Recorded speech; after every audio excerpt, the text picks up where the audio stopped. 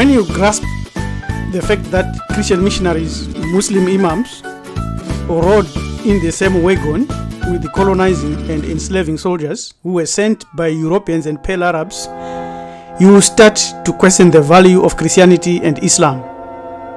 You will realize that there are tools, even today as we speak and in the future, tools used to conquer and subdue Africans. The letter crafted by King Leopold of Belgium is very clear. Africans were to be softened for slavery and colonization. And eventually, Christianity was to replace African spirituality. Therefore, it is true that anyone who is a Christian, a Muslim, a Jew, or anyone who reads the Bible and believes the Torah and the Quran and the Gita and many others as spiritual food, they are mentally and physically colonized. If you do not know this fact, you will die in the hands and arms of the gods that colonized our ancestors and colonizing you today. The Christian missionaries and their mission statement is very clear. It is still in vogue today. Unfortunately, it is implemented sadly by black African preachers and imams and Muslims like Farrakhan and other imams all over the shore. So-called Christian prophets, black famous televangelists and occult empowered wonder workers, business executives, entrepreneurs, spiritually blind politicians and compliant scientists and thinkers and scholars are the ones that are decoupling Africans from their religious as well as indigenous spirituality and yoking them to the colonial religions like Christianity, Islam, Judaism, and any other ism. Any reasons that you carry today, any apologies that you defend, that you use to defend these religions or your locus standi, are the spiritual chains that are binding you to the slave master who is disguised as your God. And a foul colonial spirit has taken over your pristine, pure soul. Instead of you being a Muntu, a member of the Bantu race, you are now a Christian, you are now a black Christian, a black Muslim, a black Jew, a black something. You have become a slave of Europeans as well as pale Arabs. Let's look at the days of tougher choices, either spiritual decolonization or death. In this powerful video, we will explore the ways to understand how you can break free permanently from the limitations that have been put on top of your soul and your spirit and your physical body. When you understand the root causes of this spiritual system, you start to formulate practical steps and techniques to liberate yourself first. Now get ready to unlock your true self and live the life you deserve. Join us on this journey of spiritual awakening and continuous empowerment as we break free from the chains that have been holding us back for some time. We want to start by looking at the ongoing metaphysical annihilation project. Colonization is a spiritual warfare. It is the genocide of your being. We want to say the transatlantic slave trade and colonial conquest as well as Islamic slave trade were not merely physical acts of violence. They were metaphysical annihilation projects. They are still going on today with a lot of subtlety. To enslave millions and erase our culture require that first they must cut off our understanding of the cosmological anchor, the nameless, unbounded creator. We want to continue to say the Quran, the Bible, and the Gita are all books of metaphysical annihilation. So this first weapon erased the knowledge that our ancestors had received from the gods about the unknowable real creator. The colonizers didn't just steal land and bodies, they stole our gods too and took them off to Europe to work on them and then return them back so those gods will be negative forces against us. To decolonize, we must not only restore our lands, but we must cleanse our gods and any artifacts that comes from Europe. Their strategy was to replace our knowledge of the unknowable, genderless, beyond hierarchy creator by a named, gendered, white-coded deity. Allah, Yahweh, Jesus, Krishna. Why? Because a nameless God cannot be controlled by a God defined by scripture. And the scripture cannot be used to legitimize conquest. Because when they subdue the earth, as they taught in Genesis 1:28, then they justify land theft. Then they teach us to be slaves, to obey our masters, as in Ephesians 6:5, and as in the Quran 2:19, to continue to vanquish and destroy us. Enslaved Africans were forced to worship a God whose word condemned them to slavery. Whereas we knew our real creator is unknowable, who is beyond the chasm. The number 2 weapon, colonize us, which we must undo to decolonize, has a lot to do with our indigenous spirituality and hacked to save colonial economies. We had indicators of trees, the nameless tree Mtusinazita, indicating to the they cut that tree down, they besmirched those areas, they committed untold genocide, and also soiled those places, going there, urinating over those places, and getting buried in those places like Sisi John Rose buried in the Matopos. Our ancestral rituals, which are the labor rhythms, which we must practice today, drumming, dancing, and trance stance, must be used today to connect us to the transcendence, knowledge, where we will work and where we will maximize the field of our perception. We must again consult the Orishas who were demonized as devils and spirits and demons. Yet the spirits like Ogun, Metal War, Imoja, Water Motherhood were rebranded as demons to fracture our cultural memory. We hear the story that some Europeans went to Marondere and chopped off the tree that they were told not to cut off. They died the following day. The tree grew back within 2 days and became a spiritual place, and then the tree just vanished a few years after independence. The third way is to do with understanding that they rewrote our ontology to commit genocide. Colonizers had to redefine what it means to be human. Christianity introduced the original sin, which taught Africans that their ancestors' practices were sinful, erasing our inherent divinity.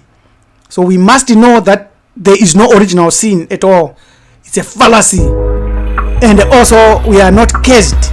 We are the actual blessed people. Hamites are the blessed people. Islam introduced kafir label. Enslaved Muslims were told that their devotion to Allah was ignorant unless done through Arabic norms and Arabic culture. That's why you see the Farrakhans and many others practice Arabic culture. They do not even reference their ancestors. Now, this resulted in a spiritual schizophrenia where our ancestral memories versus colonial dogma still haunts us today across the whole earth. We need to remember that we are the ancestors. We can't ignore ourselves. Let's now focus on the unbreakable counter axiom. Here is what colonizers failed to destroy. It's still there, flickering as a very weak light. The nameless creator is still here.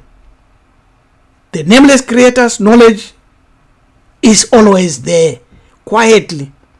Enslaved Africans secretly preserved their core truth.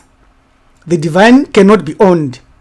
There are few examples of many Afro-secret societies in Southern Africa, like in Botswana and in Zimbabwe, the Leopard Gang in the Congo, the Benin Council of Elders, our totems, the Haitian Voodoo, Dambala, Revolution, Serpentine, Cosmic Power, Nyami Nyami, the Bondye, derived from Bondia Bodia, Candomblé, Oluram, Yoruba Anobu creator, maintained supremacy over us in a very silent manner. The logic of resistance, if God is truly unknowable, or the real creator is truly unknowable, no scripture, no priest, or whip can monopolize it. This is because that silent mantra of rebellion is still flickering in your spirit, in your soul, inside you. You have to decolonize or let that die. You have to reclaim your African spirituality today. This isn't nostalgia, it's counter-genocide. Every time we reject to use the name God, Jesus, Allah, and then we use our own terms like the unnameable one, we are dismantling gendered divine language. We do not use he or she or Lord or it in our languages. We honor sacred trees, we honor sacred places, we honor sacred totems, we honor everything over churches and mosques. We resurrect the unbroken logic that terrified enslavers. A people who answer to no God, to no named God, cannot be enslaved. The choice is binary. Worship the jealous gods or become unknowable again. The lethal inconsistency of named gendered gods that you hear in Christianity, Islam and Judaism is not African. The African metaphysical traditions insist that the creator is nameless and genderless, and when you know that, it annihilates all claims to ultimacy by deities shackled to human language and biology. Those who follow sacred texts and global religions expose the fatal compromise of their anthropomorphic deities or gods. The Muslims think that God has 99 names, the Jews think that God has 72 names, whereas we know that the real creator is nameless, is not a spirit, is not even a being. When we decolonize and go through the decolonization process, we grab the original knowledge and the spirituality above everything else. So Yahweh or God, Abrahamic traditions and his biblical descriptions, like I am who I am in Exodus 3:14, later reduced to Yahweh, Exodus 3:15, and a father in Matthew 6:9. There's gender there. The real creator is genderless. It's not even a being. Exclusively male pronouns like he, him, we are all paternal. They are roles of God the Father, and masculine imagery, king, warrior. That's why they invade. That's why they destroy. That's why they fight in jihad. That's why they fight in the wars, religious wars, because their God is a warrior, loves the shedding of blood and the pain. We have to know that. This limiting narrative of a tribal deity who regrets creating humans in Genesis 6:6, who wages war and trains people for war, like there he says, he teaches my hands to war so that a bow of steel is broken by my arms. That's war. That's bloody war. That's a deity. That's a god of war. You don't worship such. And negotiates covenants. To name oneself as I am is to still accept linguistic definition.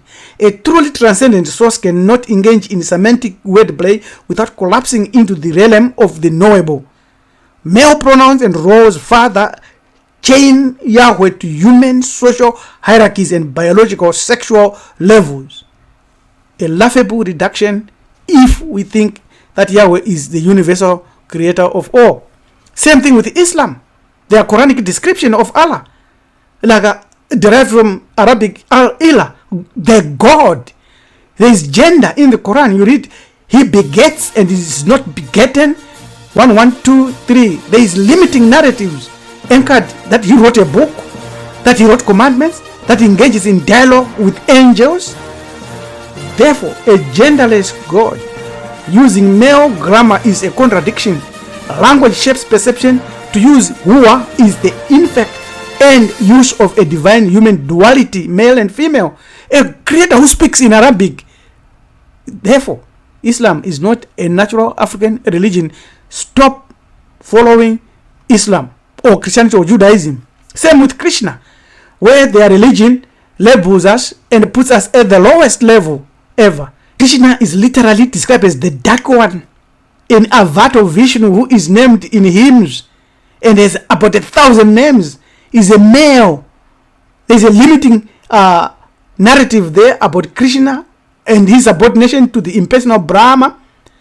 In Gita 14:27, yet demands devotion to his personal form. In Gita 9:34, if Brahma is the ultimate who personifies it, why personify it as Krishna? This is a bait and a switch Abstract transcendence is marketed through a gendered, knowable mascot. A blue-skinned god who dances with milkmaids, Rasa Lila, is a literal character, not the irreducible source. So we can't follow that. At the end of the day, this is our hierarchy. We have to worship the gods. Anyone who comes to you and tells you not to worship the gods is misleading you. We have to venerate our ancestors. Anyone who teaches you not to do that is misleading you. It's colonizing your mind. We have to know libation. Anyone who teaches you not to pour libation is misleading you, because this is how we follow up to our ancestral spirits from us through the mediums, from you, and we in the present time. That's what we must do. And then we invoke Makombre, who are the primordial deities, who also created Mondoro. And then we go and we know that they go from time beyond to the nameless one. This is our way. Millions follow foreign religion, but the state of melanin dominant human beings on earth is pathetic everywhere. It is time to re-evaluate either spiritual decolonization or death. They say here at Black Be Like Me, we done tried religion, putting our hands up, saying don't shoot, marching and everything else. Maybe it's time for us to get back to our ancient form of spirituality. Yes, that's the way forward. We know that any religion, any spirituality or philosophy that enslaved even one member of our race and called them less and even dehumanizes us today is off the table. This includes Islam, Christianity, is anything else other than our own pure African spirituality. Because Christianity, their slave ships were named Jesus, Grace of God, Angel, Liberty and Justice, and the first slave ship used to enslave Africans was named Jesus. It's still enslaving Africans today. If you do not fully decolonize, you'll be dead. Thank you. There's more coming. More is coming very soon. Enroll now into Bantu University. You can send us an email on lm@marivado.org. You can continue to decolonize. Don't give up. Your manager to people by LM Mjakanja says, yes, do not give up. Continue to decolonize. Get an associate with Marifado Family Network. Like our videos, subscribe, share, and let us work together. Because if you do not decolonize, you are dead. Amen.